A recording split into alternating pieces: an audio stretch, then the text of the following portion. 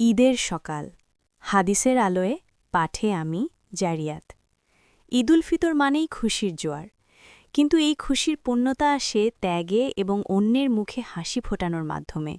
শিশুদের মনে ঈদের পবিত্রতা এবং সুন্নার প্রতি ভালোবাসা জাগিয়ে তুলতে বিলাল হোসাইন নুরি রচিত ঈদের সকাল গল্পটি এক অসাধারণ অনুপ্রেরণা। গল্পটি আমাদের মনে করিয়ে দেয় যে ঈদ শুধু নিজের জন্য নয়, বরং সবার সাথে আনন্দ ভাগ করে নেওয়ার এক মহিমান্বিত দিন।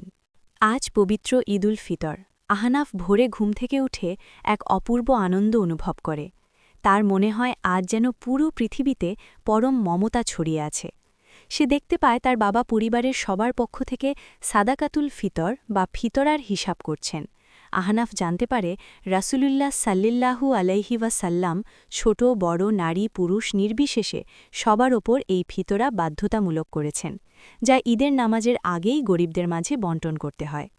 মায়ের নির্দেশে আহনাফ পাড়ার অভাবী শিশুদের মাঝে নতুন পোশাক উপহার দিতে যায়। তাদের মুখের অমলিন হাসি দেখে সে এক নতুন পৃথিবীর খোঁজ পায়।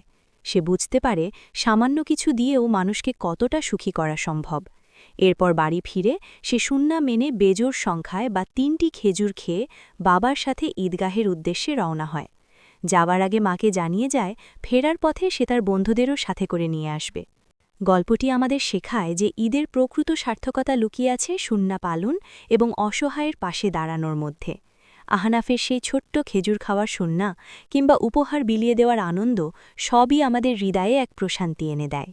এই শিক্ষা যদি আমরা আমাদের জীবনে ধারণ করতে পারি, তবে প্রতিটি ঈদই হয়ে উঠবে ভালোবাসায় ভরপুর ও সার্থক।